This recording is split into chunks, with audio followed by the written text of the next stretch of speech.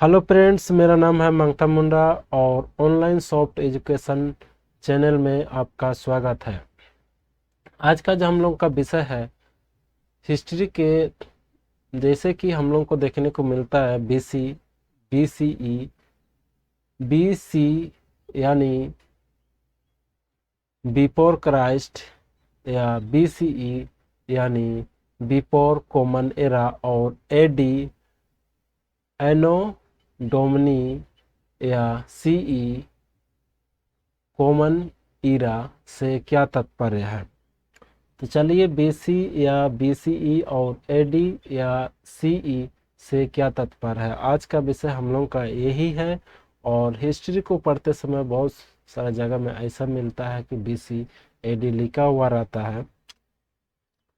जब भी हम हिस्ट्री को पढ़ते हैं तो इस तरह की डेट देखने को मिलता है, जैसे कि 500 बीसी या बीसीई ईसा पूर्व, या फिर 1947 एडी सीई ईस्वी। अंग्रेजी में हम इसे 500 बीसी या बीसीई और 1947 एडी या सीई इस तरह से देखने को मिलता है। चलिए आगे बढ़ते हैं।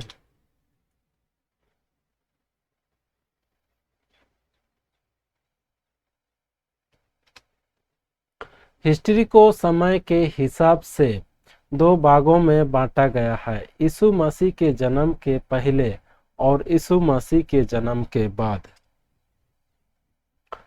यीशु के जन्म के पूर्व के समय को हम बीसी बिफोर क्राइस्ट या बीसीई बिफोर कॉमन इरा, जिसे हम हिंदी में ईसा पूर्व कहते हैं।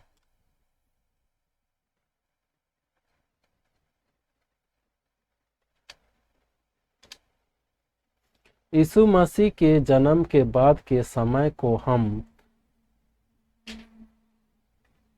यीशु मसीह के जन्म के बाद के समय को हम एडी एनो डोमिनी सीई कॉमन इरा, जिसे हम हिंदी में ईस्वी के नाम से जानते हैं। ये समय यीशु मसीह के बाद का समय है। एडी एनो डोमिनी शब्द को लैटिन शब्द से लिया गया है, जिसका अर्थ है हमारे ईश्वर का वर्ष।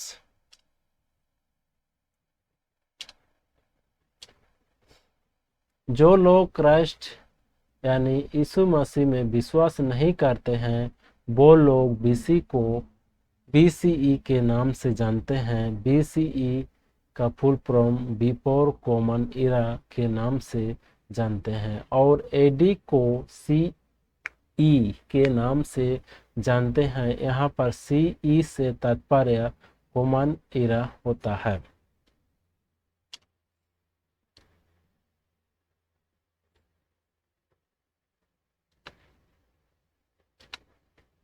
जो लोग क्राइस्ट में विश्वास करते हैं, वो लोग बीसी या एडी के नाम से बोलते या लिखते हैं, और जो लोग क्राइस्ट में विश्वास नहीं करते हैं, वो लोग बीसीई और सीई के नाम से बोलते या लिखते हैं। आइए इसको मैं टाइमलाइंस से समझा देता हूँ।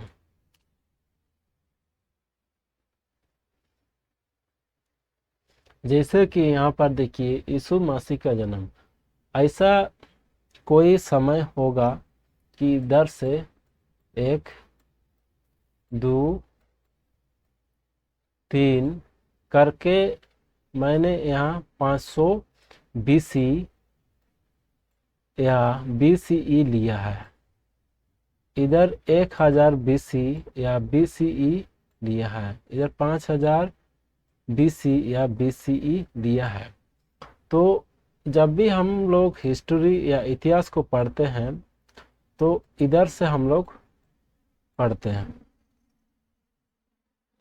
इसको डिसेंडिंग ऑर्डर, अवरोही क्रम यानी घटते क्रम में इतिहास को पढ़ा जाता है। जैसे कि यहाँ पर कुछ शॉर्ट फॉर्म दे के रखा हूँ। BC before Christ, BCE before common era ईसा पूर्व के नाम से जानते हैं। जैसे कि मान लिया कहीं लिखा हुआ है 500 BC, तो 500 ईसा पूर्व हम लोग पढ़ेंगे। और इधर भी वैसा ही यीशु मसीह के जन्म के बाद कहीं ना कहीं 0 से 1 शुरू हुआ है, फिर 2 शुरू हुआ है, फिर 3 शुरू हुआ है। ऐसे करते बढ़ते क्रम में असेंडिंग ऑर्डर आरोही क्रम में 500 को मैंने लिया, 1000 को मैंने लिया और 5000 को मैंने लिया। जो लोग यीशु मसीह पे विश्वास रखते हैं, ऐसा माना जाता है कि वो लोग एडी के नाम से, एनो डोमिनी के नाम से जानते हैं, लिखते हैं। और जो लोग यीशु मसीह के को विश्वास नहीं करते हैं, उसको CE कॉमन इरा के नाम से जानते हैं या लिखते हैं। तो ये जो है इधर से आपका डिसेंडिंग ऑर्डर में चलता है, और यीशु मसीह के बाद का समय जो है असेंडिंग ऑर्डर में चलता है। तो चलिए इसको आगे कुछ परिभाषा लिखे हैं उसको देखते हैं।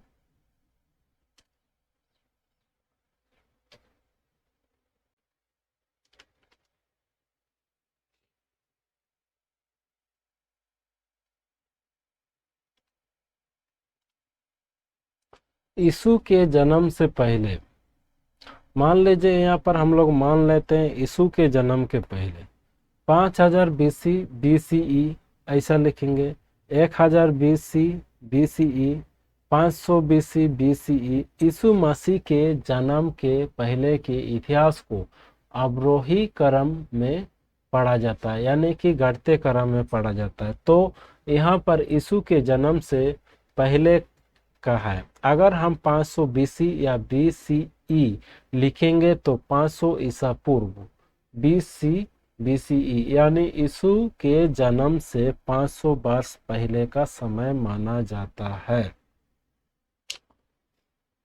आगे देखते हैं। यीशु के जन्म के बाद 500 AD या CE, 1000 AD या CE, 5000 AD या CE यीशु मसीह के जन्म के बाद के इतिहास को आरोही क्रम यानी बढ़ते क्रम में पढ़ा जाता है। तो यहाँ पर यीशु के जन्म से बाद का है। अगर हम 500 AD या CE लिखेंगे तो 500 ईसा पूर्व AD या CE यानी यीशु के जन्म से 500 वर्ष बाद का समय माना जाता है। तो आई होप दोस्तों आप लोग समझ गए होंगे कि BC और AD में क्या अंतर होता है और इससे जो तात्पर्य है उसको